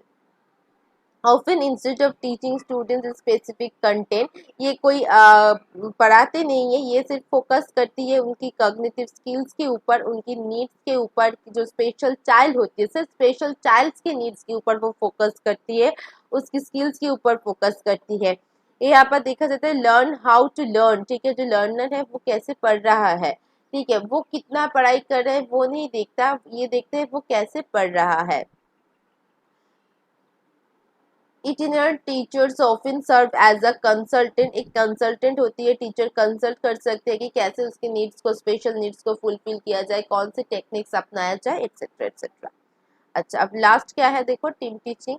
यहाँ पर क्या है, 2 पेयर्स होती है, यहाँ पर teachers together to cooperate teach a class.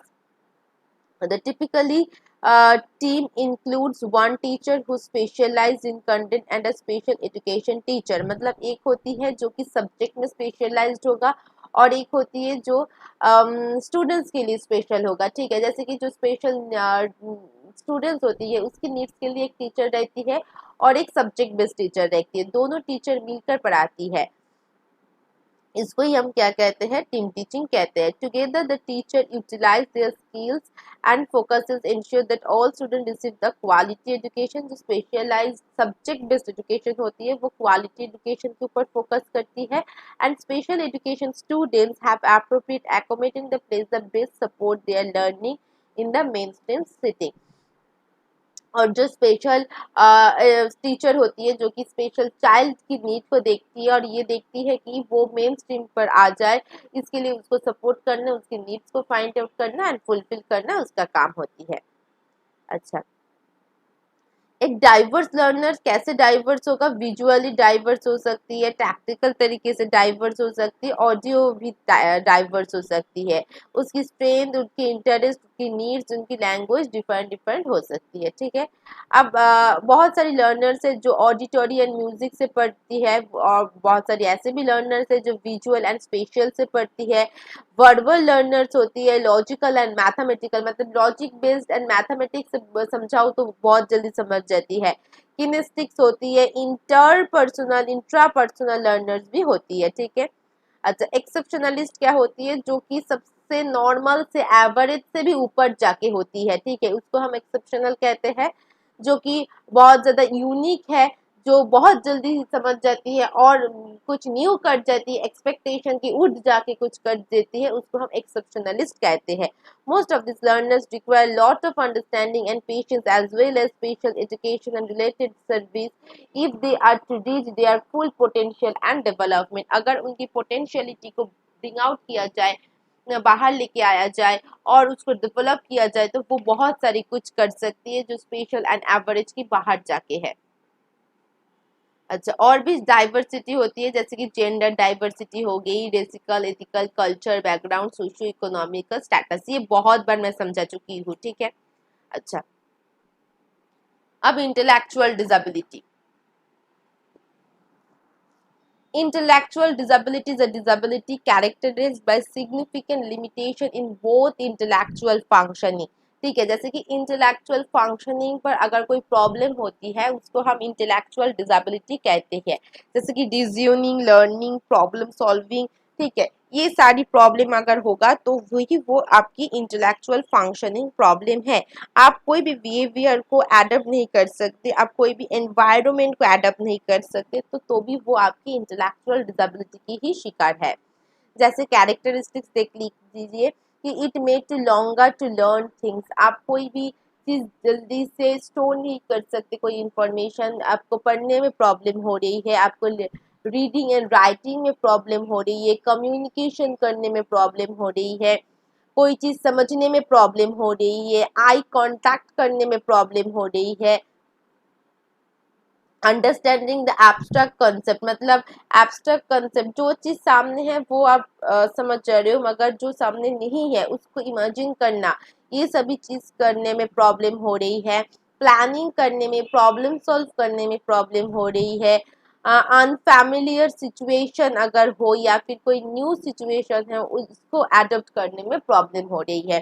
तो आप कैसे याद रखोगे इतनी सारी चीज़, आपको ये समझना होगा कि जो इंटेलेक्चुअल डिसेबिलिटी होती है वो इंटेलेक्चुअल डिसेबिलिटी में आपको logical, reasoning based and problem solving based problem होगा। ठीक है, क्या क्या प्रॉब्लम होगा, सिर्फ ये 3 चीज समझ लो, reasoning, learning and problem solving, और उसके साथ साथ एडेप्टिव बिहेवियर, मतलब सोसाइटी में आप एडजस्ट करने में प्रॉब्लम है आपकी, आप कोई भी चीज़ झट से एडजस्ट नहीं कर सकते, अडप्ट नहीं कर सकते। ठीक है, तो हमें 4 चीज याद रखना है। एक होगा रीजनिंग, दूसरा होगा लर्निंग, थर्ड होगा प्रॉब्लम सॉल्विंग एंड फोर्थ होगा एडेप्टिव बिहेवियर। ठीक है, याद है। अब चलो देखते हैं रीजनिंग मतलब जब आप कोई चीज सीखोगे तो वो रीजनिंग के साथ सीखोगे ना। रीजनिंग के तो यहाँ पर आपको प्रॉब्लम हो रही है। अब देखो जब लर्न करने में प्रॉब्लम हो रही है, रीडिंग राइटिंग में भी प्रॉब्लम होगा तो ये भी आ गई। ठीक है, तो यहाँ पर रीजनिंग लर्निंग, लर्निंग में प्रॉब्लम था, लर्निंग में कैसे प्रॉब्लम होगा देखिए। लर्न लर्न करना, रीडिंग करना, मैं यहाँ पर लिख देती हूँ आपको। रीजनिंग, लर्निंग,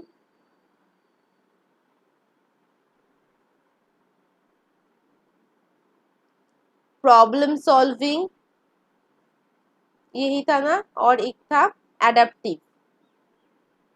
प्रॉब्लम सॉल्विंग और बिहेवियर एडेप्टिव था, बिहेवियर एडेप्टिव, ये 4 चीज था। अब इन चारों चीजों से समझेंगे। तो लर्निंग देखो, लर्निंग तो प्रॉब्लम होगा, उससे रिलेटेड आपकी रीडिंग राइटिंग भी प्रॉब्लम होगा। अच्छा, अब एडेप्टिव पर प्रॉब्लम है तो कम्युनिकेशन भी आ जाएगा, कम्युनिकेट नहीं कर सकते। अच्छा, लर्निंग पर प्रॉब्लम है तो अंडरस्टैंडिंग पर भी प्रॉब्लम होगा। जब कोई टीचर पढ़ाता है तो आई कांटेक्ट से पढ़ाते हैं, तो आप आई कांटेक्ट नहीं कर रहे हो तो लर्निंग से ही रिलेटेड है। अच्छा, एब्स्ट्रैक्ट कंसेप्ट, ठीक है। प्रॉब्लम सॉल्विंग, प्रॉब्लम सॉल्विंग करना है तो आपको एब्स्ट्रैक्ट कंसेप्ट को समझना होगा। आपको प्रॉब्लम सॉल्विंग ही नहीं आती तो आपको एब्स्ट्रैक्ट कंसेप्ट कैसे समझ में आएगा, ये एक प्रॉब्लम है। तो ये देखिए लर्निंग भी हो गई, प्रॉब्लम सॉल्विंग भी हो गई। ठीक है, और रीजनिंग तो इसके साथ साथ ही है, जैसे कि कम्युनिकेशन, अंडरस्टैंडिंग। अच्छा, नेक्स्ट क्या है, adapt to difficulty to adapt a new situation, तो क्या होगी, एडेप्टिव बिहेवियर पर भी प्रॉब्लम है। तो देखो ये 4 चीज होगा, आपको याद रखेंगे तो बाकी सारी पॉइंट्स भी खुद ब खुद आपको समझ में आ जाएगा। अच्छा, आप इसको प्रिविलेंस कैसे करेंगे देखिए। Intellectual disability is a common developmental disability, यहाँ पर अप्रोक्सीमेट 6.5 मिलियन पीपल को ये होती है यूनाइटेड स्टेट्स में। अच्छा, according to 2000 national statistical office 7.02% people इसकी शिकार में है। अच्छा, टाइप्स ऑफ इंटेलेक्चुअल डिसेबिलिटी जो बहुत ज़्यादा इंपॉर्टेंट है। ये वीडियो थोड़ी बहुत ज़्यादा बड़ी हो रही है, मैं थोड़ा बहुत करके इसको यहीं पर स्टॉप करूंगी और पार्ट 2 लेके आऊंगी। ठीक है। अच्छा, टाइप्स ऑफ इंटेलेक्चुअल डिसेबिलिटी में क्या क्या होगा कि देखिए, प्रीनेटल कॉजेज होती है जहाँ पर क्रोमोसोमल डिसऑर्डर में कौन सी इंटेलेक्चुअल डिजीज आती है, जो मैं कह रही हूँ ध्यान से समझिए। क्रोमोसोमल डिसऑर्डर में कौन सी डिसेबिलिटी होती है, सिर्फ इंटेलेक्चुअल डिसेबिलिटी में क्रोमोसोमल डिसऑर्डर में कौन सी नेम है, इसको सिर्फ आपको पढ़ना है और एक्स्ट्रा कोई चीज नहीं पढ़ना है। ठीक है, जैसे कि Cornelia de Lange syndrome, cri du chat, Down syndrome, Prader Willi syndrome, Turner syndrome, William syndrome and आपकी फ्रेगली एक्स सिंड्रोम। ठीक है, अब देखो पोस्ट नेटल, प्री नेटल में हम लोग पढ़ चुके हैं। अब पोस्ट नेटल में क्या क्या पढ़ेंगे, environmental problem, nutrition problem, adverse living condition, इनएडिक्वेट health care, child abuse and traumatic brain injury. ठीक है, इन सारी चीज आपकी पोस्ट नेटल पर आ जाती है। जो इम्पोर्टेंट है वो ये इम्पोर्टेंट है। ठीक है, इस नाम को आपको याद रखना, इन सारी नेम्स को। ठीक है। अच्छा, प्रोग्राम्स फॉर इंटेलेक्चुअल डिसेबिलिटी में क्या क्या होगा, कौन सी प्रोग्राम्स करना चाहिए। देखिए, इंडिविजुअलाइज्ड प्रोग्राम करना चाहिए, जैसे कि हर एक बच्चे को देखना होगा स्पेशल तरीके से, उसकी स्पेशल नीड के साथ देखना होगा, उसकी स्किल्स को यहाँ पर डेवलप करना होगा, उसको अलग तरीके से एडुकेट भी करना होगा, सर्विस देना होगा। ठीक है। अच्छा, नेक्स्ट क्या है, फिजिकल डिसेबिलिटी है।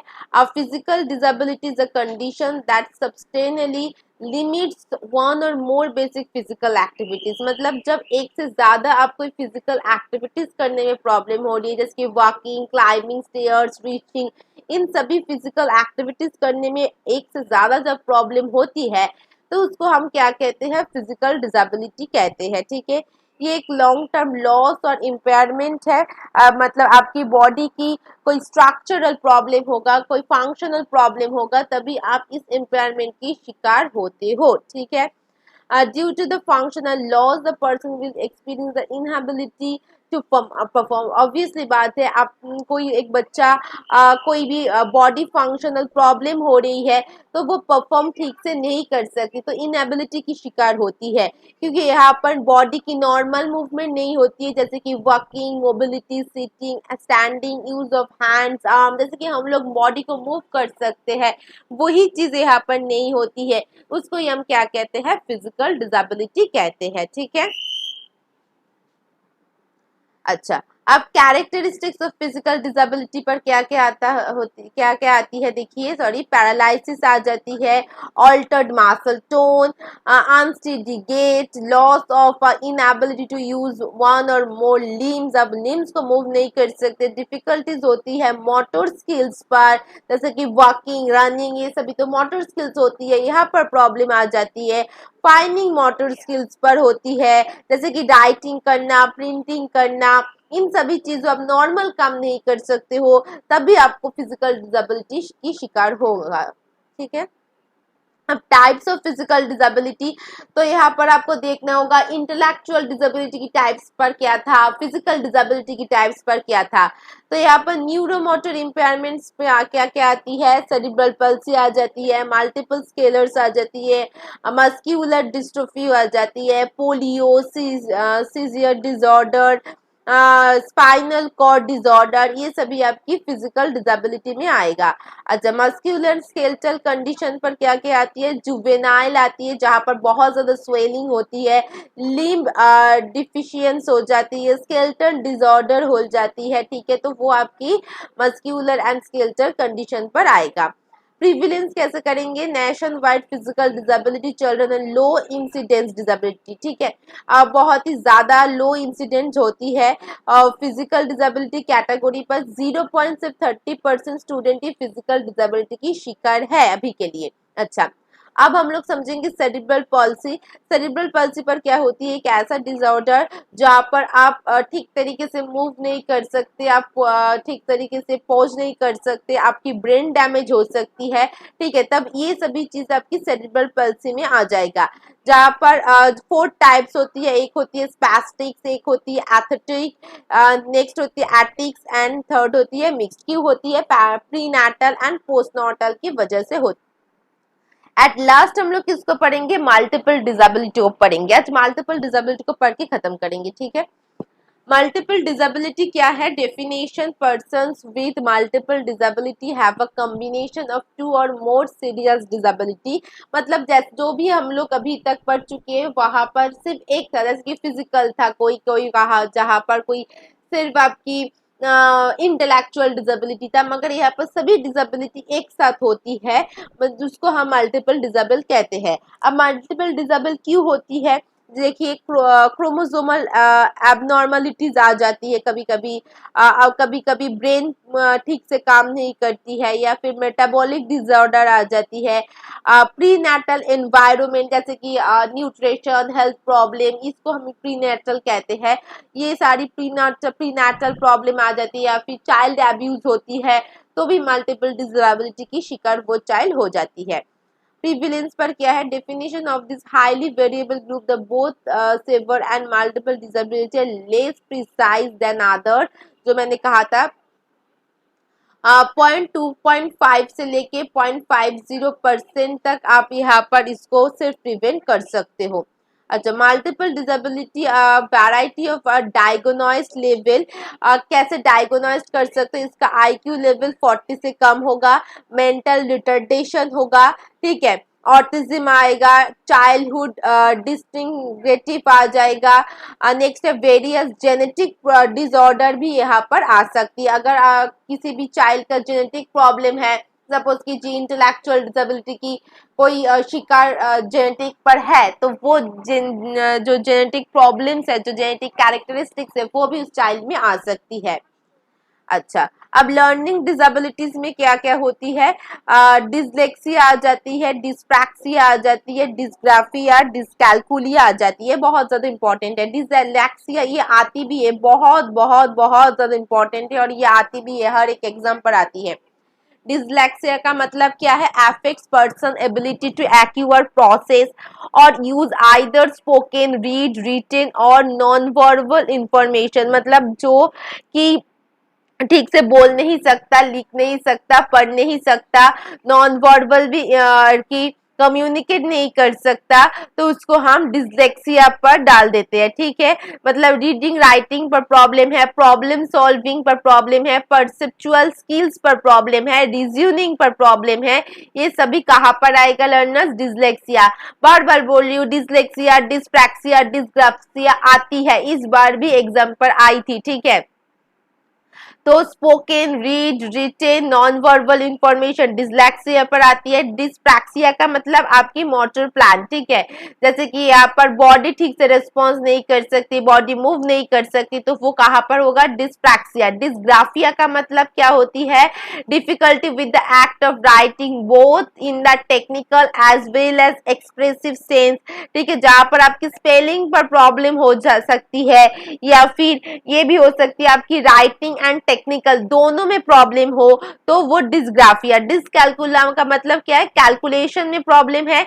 एडीएच का फुल फॉर्म जान लिए, attention deficit and hyper active. मैंने पहले ही इंटेलेक्चुअल डिसेबिलिटी पर आपको पढ़ाया था कि सॉरी मेंटल हेल्थ की टाइप्स पर पढ़ाया था कि एडीएचडी का फुल फॉर्म है attention deficit and hyper active, जो कि बहुत ही छोटी छोटी चीज पर हाइपर हो जाती है, बहुत ही छोटी छोटी चीज पर वो ठीक से अटेंशन नहीं दे सकती, उसको हम एडीएचडी कहते हैं, जहाँ पर हाइपर एक्टिव, डिस्ट्रैक्टेबिलिटी एंड इम्पल्सिटिव भी आ जाती है, ठीक है। अभी हम लोग कॉजेज के बारे में देखेंगे कि डिसेबिलिटी में जो बच्चे शिकार होती है उसका कॉजेज क्या है। फर्स्ट है साइकोलॉजिकल फैक्टर्स। ये साइकोलॉजिकल फैक्टर्स में हमारी न्यूट्रिशन आ जाती है। अगर जब बच्चा हो रही है तब माँ को सही न्यूट्रिशन देना ज़रूरी है। अब पॉवर्टी पर न्यूट्रिशन नहीं मिलती है, ठीक से खाना नहीं मिलती है, प्रॉपर डॉक्टर की एडवाइस इंस्ट्रक्शन नहीं मिलती है, तो ये भी एक कॉजेज हो सकती है। फैमिली साइज, ये देखिए फैमिली साइज पर क्या होती है, अगर बहुत बड़ी फैमिली है तो बहुत काम करना, छोटी फैमिली है तब भी एक प्रेशर्स रहती है कि अगर मदर वर्किंग मदर्स है, ठीक है, काम करना है बाहर, घर में आकर भी काम करना, तो मदर को इस टाइम ना प्रेशर नहीं करना चाहिए। जो प्रेग्नेंट वुमन होती है इस टाइम प्रेशर नहीं, रिलैक्स रहना चाहिए। अगर वो प्रेशराइज आ जाएगा तो प्रॉब्लम आ सकती है। लो मेटरनल इंटेलिजेंस या फिर जो वेट होती है ना बच्चे का, वो वेट भी एक बहुत बड़ा फैक्टर्स होती है। देखना जब बच्चे जन्म लेती है तब डॉक्टर नर्सेस उसकी वेट मापता है, तो वेट अगर ठीक है, एवरेज है तो फाइन, अगर कम होती है तो भी प्रॉब्लम हो जाती है, अगर बहुत ज़्यादा भी हो जाती है तो भी प्रॉब्लम हो जाती है। Low maternal educational level, absence of parents. Absence of parents देखिए, जब बच्चे जन्म लेने के बाद भी अगर पेरेंट्स नहीं है, पेरेंट्स के बीच में कोई प्रॉब्लम चल रही है, या फिर प्रेगनेंसी के टाइम पर अगर उस वुमन को टॉर्चर किया जा रहा है, तो बहुत मेंटल इफेक्ट आती है बच्चे का, ठीक है। ये मैंने खुद देखा है, ऐसे फैमिली जहाँ पर बहुत ज़्यादा प्रॉब्लम हो रही है, वुमन को बहुत ज़्यादा स्ट्रेस हो रही है, स्ट्रेस दिया जा रहा है। अब जब बच्चा आती है, बड़ी होती है, तब ये देखा जाता है वो हर एक चीज़ों से डरता है, डरती या फिर डरती है कि ये नहीं करूँगी, वो नहीं करूँगी। तो क्यों डरते हैं? क्योंकि उस टाइम पर प्रेगनेंसी के टाइम पर माँ बहुत डरी हुई थी, इसीलिए बच्चे में वो इफेक्ट आ गई है। तो उस टाइम पर बहुत रिलैक्स रहना है हर एक वुमन को। तो एब्सेंस ऑफ पेरेंट्स, पेरेंट्स के बीच में अगर बॉन्डिंग बहुत ज़्यादा है ना, तो बच्चे में ट्रस्ट एक बॉन्ड होती है, ये आ जाती है कि एनवायरमेंटल फैक्टर्स की तरह काम करती है। लैंग्वेज एनवायरनमेंट, अगर ये अभी की रिसर्च में है कि अगर आप बच्चे को ठीक से बोलना सिखाओगे या फिर आप खुद बोलोगे, देखना क्या होती है, बच्चे के सामने हम खुद बच्चे बनकर बोलते हैं, ठीक है, तो वो जैसे बहुत ही क्यूट टर्म पर बोलती है वैसे ही हम लोग बोलते हैं, वो सुनने में बहुत अच्छी लगती है हमें, इसीलिए हम लोग बोलते हैं जो वो बोले। मगर अगर हम लोग बार बार वही लैंग्वेज बोलेंगे ना, तो वो जो टर्म्स है वो बहुत देर तक रह जाती है बच्चे का, तो लैंग्वेज प्रॉब्लम हो जाती है। तो बहुत ठीक से हर एक वर्ड, ठीक प्रॉपर वर्ड्स उसके सामने बोलना भी बहुत ज़्यादा ज़रूरी है।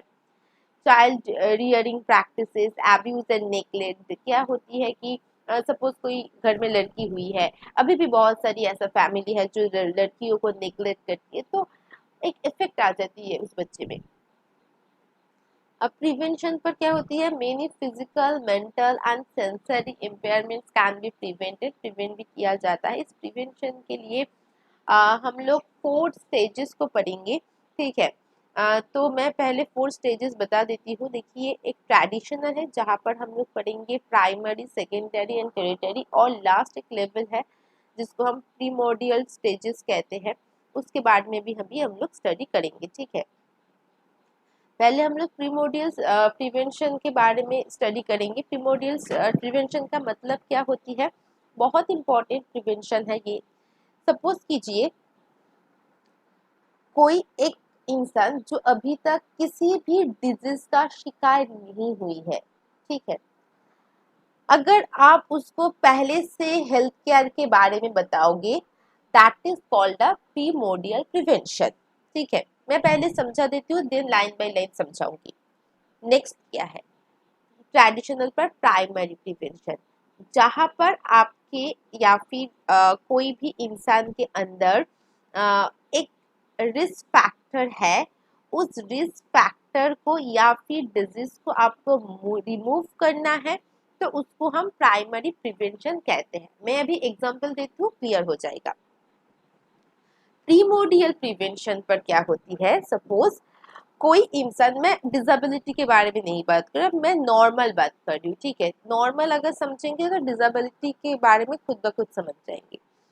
सपोज एक लड़का है जो अभी ना तो स्मोक करती है ना तो ड्रिंक करती है, बहुत एक अच्छा लड़का है, ठीक है। तो अगर अभी से मैं उसको एक केयर दूंगी कि देखिए ड्रिंक मत करना, स्मोक मत करना, इससे क्या होती है, बॉडी में बहुत सारी प्रॉब्लम आ जाएगी, इन द फ्यूचर आपको प्रॉब्लम आ सकती है, लंग्स में प्रॉब्लम आ सकती है, बहुत सारी कैंसर हो सकती है। तो मैं पहले से, मतलब वो स्मोक भी नहीं करता है, ड्रिंक भी नहीं करता है, मगर मैं पहले से एक अवेयरनेस उसको दे रही हूँ, तो that is called a primordial prevention. अगर देखा गया और एक लड़का को मैं देखा कि वो अभी अभी स्मोक करना शुरू किया है, अब मैंने उसको जब भी स्मोक करना शुरू किया है, तो इस स्मोकिंग से, इस कारण से उसको बहुत सारी प्रॉब्लम आ सकती है। तो smoking is a risk factor. तो यही रिस्क फैक्टर से मैं अगर पहले से ही उसको अवेयरनेस दूंगी, तो वो प्रिवेंट हो सकती है। अब तब क्या हो सकती है कि वो स्मोक करना बंद कर दे। अब जब भी वो स्मोक करना बंद कर देंगे, तो इन द फ्यूचर जो डिजीज होने की संभावना थी वो भी बंद हो जाएगा। तो ये जो रिस्क फैक्टर को मैं रिड्यूस कर रही हूँ, that is called a primary prevention, ठीक है। अब सेकेंडरी प्रिवेंशन क्या होती है, सेकेंडरी प्रिवेंशन पर स्मोक कर रही है वो, 1 साल 2 साल 3 साल से स्मोक कर रही है, अभी कोई डिजीज आ चुकी है, ठीक है। अब उस डिजीज को मैंने पहली स्टेज पर ही डायग्नोज कर लिया। अब पहली स्टेज पर डायग्नोज करके मैं मेडिसिन दे के मैंने उसको ठीक कर दिया, so that is called a secondary prevention.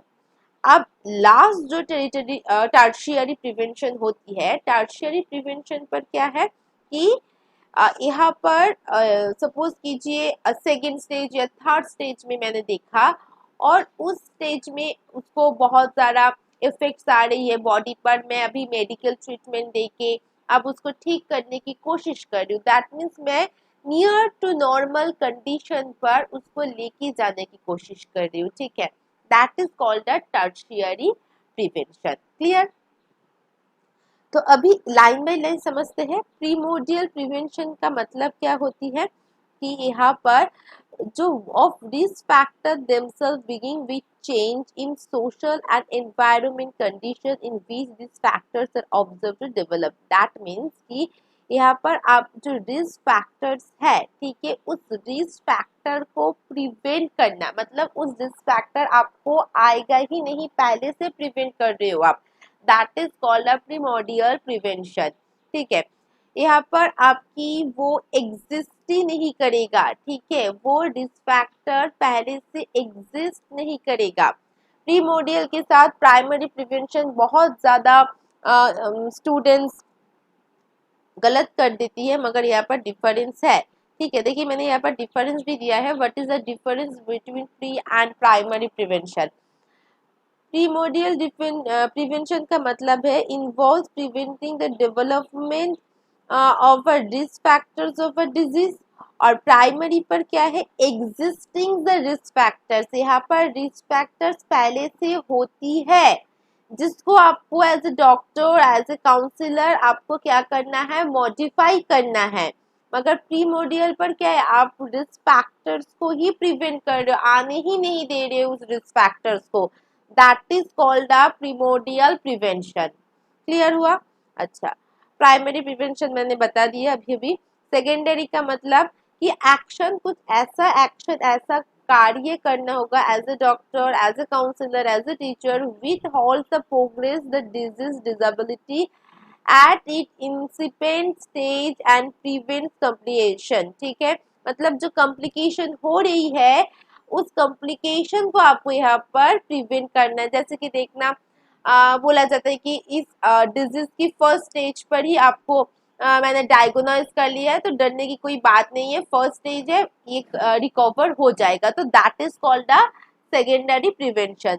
अब देखिए जब होती है ना, बहुत देर नहीं, मिडिल स्टेज पर है, अभी ट्रीटमेंट स्टार्ट करेंगे तो थोड़ा बहुत ठीक भी हो सकती है, तो that is called a tertiary, that all measure available to reduce the limit impairments, मतलब जो impairments होती है, जो disabilities होती है, उसको reduce करना है, मिनिमाइज करना है, सफरिंग कॉजेज जिसकी वजह से वो सफरिंग हो रही है, सफर्ड हो रही है, उस डिसेबिलिटी को, उस कॉजेज को यहाँ पर मिनिमाइज करना, इस फेज को हम लोग रिहेबिलिटेशन भी कहते हैं। ठीक है, यहाँ पर फिजिकल, साइकोलॉजिकल, वोकेशनल मेजर की वजह से ये हम लोग रिस्टोर कर सकते हैं, पेशेंट को normal life, near to normal life पर बैक कर सकते हैं पेशेंट। ठीक है, अच्छा, अब इसके लिए प्रिवेंशन के लिए देखिए कॉजेस की कारण जानना जरूरी है, ट्रांसमिशन डायनामिक होना चाहिए, रिस्क फैक्टर को आइडेंटिफाई करना होगा, प्रोफेलेटिक और अर्ली डिटेंशन करना होगा, ट्रीटमेंट देना होगा, an organisation for applying this measure to appropriate person और ग्रुप। नेक्स्ट क्या है, कंटिन्यूअस इवेल्युएट करके जाना होगा। ठीक है, अब आइडेंटिफिकेशन क्या है, कैसे आइडेंटिफाई करेंगे कौन सी लर्नर्स कैसा है, तो यहाँ पर देखिए बहुत सारी डिसेबिलिटी है। ठीक है, हमारे देश में या फिर पूरी वर्ल्ड की अगर बात करेंगे, यूनिवर्स की अगर बात करेंगे, तो 1 से लेकर 13 तक यहाँ पर मैंने कैटेगरीज दिया है, मगर उससे भी ज़्यादा भी हो सकती है। फर्स्ट ऑफ ऑल क्या है, ऑटिज्म, डीफनेस, ठीक है, deaf blindness, deafness, emotional disturbance, intellectual disability, तो बहुत सारी ऐसे डिसेबिलिटी की शिकार होती है।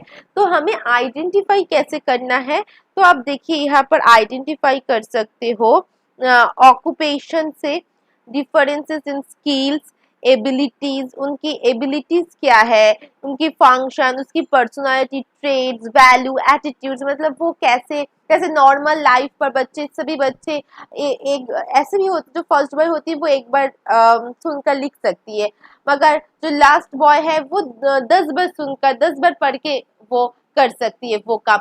मगर देखा जाए कि एक्सट्रीम लेवल पर कोई चला जा रहा है, दैट मीन्स उसकी स्किल्स, उसकी एबिलिटी से पता चल रहा है कि नहीं, ये बच्चे में कोई ना कोई प्रॉब्लम है। ठीक है, तो इसकी स्किल्स एंड एबिलिटीज से, पर्सनालिटी ट्रेट से, उसकी काम करना, उसकी स्वभाव से अगर पता चल रहा है, इसकी वैल्यू एंड एटीट्यूड से हमें डाइवर्सिटी की पता चल सकती है। ठीक है, अच्छा, नेक्स्ट क्या है कि personality traits are defined as requiring the patterns of behaviour, जैसे मैंने कहा कि उसकी बिहेवियर, उसके आचरण कैसा है, फ्रेंडलीनेस है, सोशल डोमिनेंस है, कन्वेंशनल है, इमोशनल एडजस्टमेंट, एस्थेटिक इंक्लिनेशन, इन सभी चीजों से हमें डाइवर्सिटी के बारे में आइडेंटिफिकेशन मिलेगा। अब इवेल्युएशन के बारे में स्टडी करेंगे। यहाँ पर मैं लिख देती हूँ, ये जो पॉइंट्स है वो इवेल्युएशन से रिलेटेड है।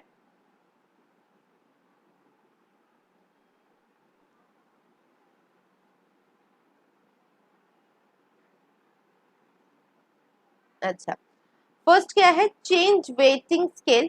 चेंज वेटिंग स्केल का मतलब when calculating the final grade two report card, जब हम लोग रिपोर्ट कार्ड या फिर रिजल्ट पर फाइनल ग्रेड देते हैं, कैलकुलेट करते हैं, तब टीचर को असाइनमेंट, टेस्ट, क्विज, एग्जाम, ये सभी सेमिस्टर की जो मार्क्स है वो कलेक्ट करना होगा। ओवरऑल ग्रेड यहाँ से ही पता चलेगा। नेक्स्ट क्या है, यूज इनफॉर्मल ऑब्जर्वेशन, मतलब बच्चा क्लासरूम पर कैसा है सिर्फ वो फॉर्मली ऑब्जर्व ना करके बच्चे पूरे दिन स्कूल पर क्या कर रहे हैं ये अगर इनफॉर्मली ऑब्जर्व किया जाए तो वो इवेल्युएशन बहुत ज़्यादा इफेक्टिव होती है। जैसे कि कैसे पता चलेगा, checklist, sticky notes, audio notes, ठीक है, इन सभी चीज़ों के थ्रू एक बच्चे से इनफॉर्मल ऑब्जर्वेशन के थ्रू बच्चे के बारे में बहुत सारी इंफॉर्मेशन मिल सकती है। ठीक है, नेक्स्ट है सेल्फ असेसमेंट करना। स्टूडेंट को ऐसा अपॉर्चुनिटी देना चाहिए जिसके थ्रू खुद की काम वो खुद को, मतलब जैसे कि शीशा में हम लोग खुद को देखते हैं ना, ठीक वैसे ही बच्चा ऐसा काम करे कि वो खुद की काम को खुद देख सके, वो ये रिफ्लेक्ट हो कि उसके एडवांटेज डिसएडवांटेज वो खुद पता चले, अब खुद को खुद प्रोग्रेस करे, उसको ही हम सेल्फ असेसमेंट कहते हैं। ठीक है, तो इसके लिए क्या करना होगा कि बच्चे को ऐसा काम देना होगा जिसके थ्रू वो खुद की काम को, खुद की गैपिंग को, खुद की स्किल्स को, खुद की वर्क को, खुद की गोल्स को आइडेंटिफाई कर सके। प्रोवाइड मल्टीपल टेस्ट फॉर्मेट्स, यहाँ पर बहुत सारी फॉर्मेट में आपको एग्जाम देना, सिर्फ पेपर पेंसिल से काम नहीं चलेगा। ठीक है, तो यहाँ पर देखिए restricted to pencil and paper format, ये पेपर पेंसिल की फॉर्मेट को अब रिस्ट्रिक्ट करना होगा, अब बंद करना होगा। अब थोड़ा डिफरेंट मेथड्स अपनाना होगा, जैसे कि ओरल रिस्पॉन्स टेस्ट हो गई, multiple choice, long answer, short answer, diagram, charts, graphic organization, इन सभी मटेरियल से क्वेश्चन पूछना चाहिए, इन सभी मटेरियल से उनको रिस्पॉन्स देना चाहिए, तभी वो इफेक्टिव हो सकती है। उसके अलावा देखिए और भी दो है, एक होती है फॉर्मल मेथड्स और दूसरा होती है informal methods of evaluation. First है स्टैंडर्डाइज्ड फॉर्मल। फॉर्मल पर हम लोग सिस्टमेटिक एंड स्टैंडर्डाइज देखते हैं, जैसे कि यहाँ पर मैंने लिख भी दिया है WIAC, जिसको vascular intelligence skills for children कहते हैं। ये अगर आप अप्लाई करेंगे किसी भी स्टूडेंट्स के ऊपर तो वो बहुत इफेक्टिव हो सकती है। Stanford Binet test, diagnostic assessment, ये बहुत सारी असेसमेंट टेस्ट होती है चिल्ड्रन के लिए बेसिकली, जहाँ पर अगर कोई स्पेशल चाइल्ड हो या फिर नॉर्मल चाइल्ड हो या फिर डाइवर्सिफाइड चाइल्ड हो तो सभी का इवेल्युएशन बहुत अच्छे से होगा फॉर्मली। इनफॉर्मली क्या होगा, टीचर मेड से summative, rating scale, checklist, observation, anecdotal records, इन सभी चीज़ों से इनफॉर्मल वे से आप किसी बच्चे को ऑब्जर्व करना, इवेल्युएट कर सकते हो। ठीक है, अच्छा, education evaluation, a systematic, continuous and comprehensive process of determining the growth and the progress of the pupil towards the objects or value of the curriculum. तो यहाँ पर जो हम लोग पहले से ऑब्जेक्टिव्स बनाकर चलते कि ये ऐसा बिहेवियर मॉडिफाई करना है स्टूडेंट्स की, तो वो कितना पूरा हुआ है, करिकुलम की ऑब्जेक्टिव्स कितना पूरा हुआ है, ये सभी तभी पता चलेगा जब हम लोग एक इवेल्युएट करेंगे। और ये इवेल्युएट कैसा होना चाहिए, कंटिन्यूअस एंड कॉम्प्रिहेंसिव प्रोसेस पर होना चाहिए। Education evaluation is a method and to improve if the expectation and aims of an educational process reflect reality, मतलब ऐसा educational process हो जो कि हमारी वास्तव को, हमारी in the present situation को reflect कर सके।